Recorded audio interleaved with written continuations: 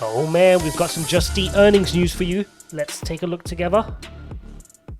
So, let's have a look at the headline. Just Eat reports 486 million euro loss despite soaring sales as it spends heavily on marketing.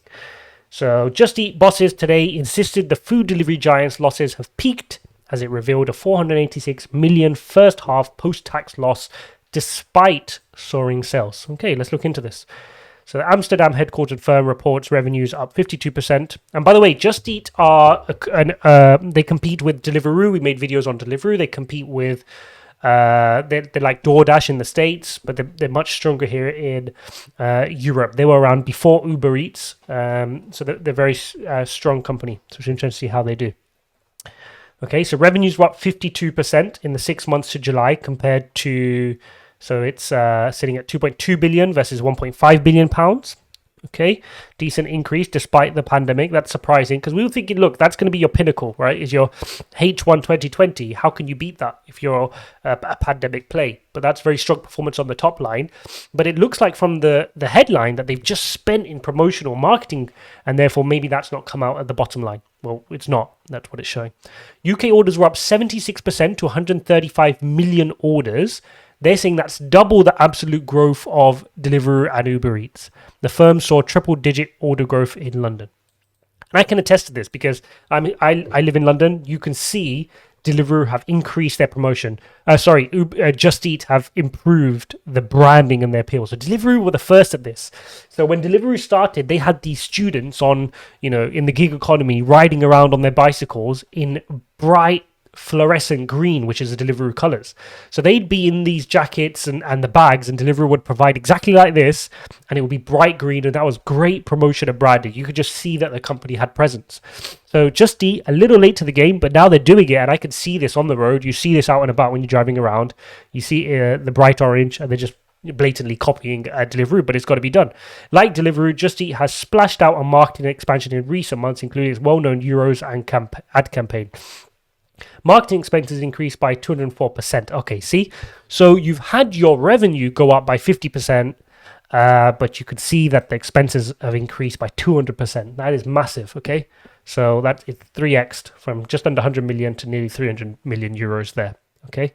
So we really hope that they need to prove that once they get people through the funnel, they can increase their GTV, right? The lifetime value, the amount, the gross transaction value from each of these customers, because they've paid up front for these customers. They need to make sure that these customers are loyal. And you know that from these types of businesses, they are sticky. Once you order with a certain app, I know people in my network that even though the pricing may be better on a different app, once they've set up an app like Just Eat and they're used to using it, they'll just pick some food from there. Even if their favorite restaurant's not on there, they would just pick from there.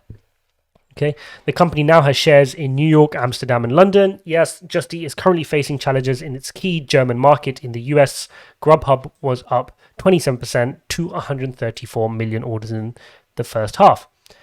Okay, so Just Eat Takeaway, which is the name for the global brand, has reached the peak of its absolute loss in the first half. So they're saying this is the worst the loss is going to be. It should only get better. So almost what they're saying is, look, allow us. We wanted to acquire all the customers really expensively right now, but we will improve the margins going forward. Whether the investors believe them, whether the market believes them, we'll find out. But this is a race. This is an absolute race because you can see we spoke about this in the Deliveroo video. Delivery Hero from Germany, the big player, took a share in Deliveroo, and this is just a marketing game now. All these companies are not bothered about the bottom line. They just need to be the first. They want that early advantage to go and capture the market. And Just Eat are saying they've just increased their market share by 10%. We'll see. Bosses said the company is looking at developing grocery offering as a growth opportunity. Again, guys, in London, the grocery opportunity is massive. There are so many upstart apps that are launching on the App Store and they're doing heavy marketing. I've seen it at the football matches. I've seen it on primetime television, the likes of Get It. they're doing the grocery delivery, and they're saying we'll deliver your bread within 20 minutes, 30 minutes, and they're really competing on not only price but on time.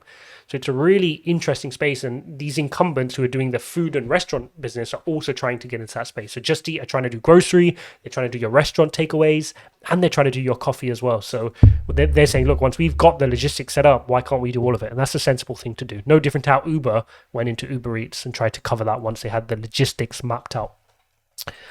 Our consumer base, restaurant selection, order frequency have strongly increased. The share price has fallen 20% in 2021, and it has faced criticism from activist shareholder US-based Cat Rock Capital, which holds a 4% stake. Last month, called to explore strategic options to prop up the price. Okay, fine. At the time, Just Eat told the FT, Just Eat Takeaway has a regular dialogue with all its shareholders, and we take views seriously. Okay, fine. So let's look at their trading update. Let's pull that up. Don't want to go through the full presentation. Comment below if you want to do a video going through that full presentation. But for now, let's just take a look at the trading update which they provided a little bit before. So half year 2021 orders up 61%, gross transaction value of 14.1 billion. So let's have a look at here. So you can see the quarterly figure, and you can see the year-on-year comparison. You can see half year. So let's just look at the half year. So you've had 76% growth in the UK, 60% growth in the highly competitive Germany. We spoke about Delivery Hero's re-entrance into the market there. Canada 54%, 37% and 54% in the rest of the world, and 61% growth on all orders. Now you can see here the US is where they're struggling, 27% growth. So they really need to figure this piece out. That's a big market there. For those of you in the US, do you ever see Just Eat Takeaway? What's the anecdotal evidence there? Can you comment below? Are you seeing a presence from Just Eat on the ground, or a DoorDash and the other companies taking over? What are the biggest players in that market there? And you can see from the delivery orders, the UK has just done a 7x there, which is phenomenal. That's gone from 6.3 to 52.6 orders. And gross transaction value, which is ultimately what the revenue is going to be. This is in billions. They've done a 60% increase in the UK. Germany's increased healthily, but again, look at the States. It's just horizontal. They need to figure that piece out. Let's have a look if they've given us anything here. Expectations for 2021 have improved. Management upgrades its previous guidance of more than 42% order growth. Gross transaction is expected to be in the range of 28 to 30 billion. Okay, so the company's efforts in the historically underinvested legacy Just Eat markets have continued to drive in growth. Just Eat gained online share in the UK, including significant inflection in London with triple-digit order. So almost what they're saying is, look, we've just done it in London. We're going to go to the other underinvested markets and see this type of growth. So let's see if that's the case. If they say, look, we put all this focus on London, that's the results we've seen, then maybe they can do the same in their other markets. But they've spent a lot of money doing that. Their expenses and marketing has soared through the roof. So they really need to prove the lifetime value. So if I was to do a deeper dive into this, and I do want to, I mentioned this in the Deliveroo video, I do want to do a deeper dive into this space and build out a position in either Just Eat or Deliveroo, or maybe even like a basket or portfolio of some of these if I can't pick a clear winner. That might be an idea. Comment below if you want to see that video. We could do a deep dive perhaps into these guys' investor relations presentations.